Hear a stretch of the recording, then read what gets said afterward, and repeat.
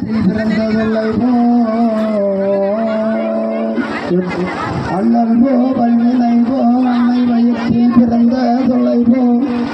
போகாதுயரம் போ நல்ல குணமாமலர கோபுரத்தில் வீட்டிருக்க செல்வ கணபதியே உன் சீர்வாதம் போற்றி போற்றி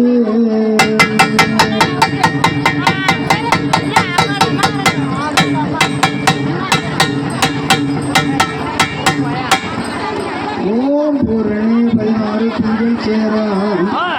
ஓம் பூரணி 16 திங்கள் சேரும் பொருந்திய 18 சேரும்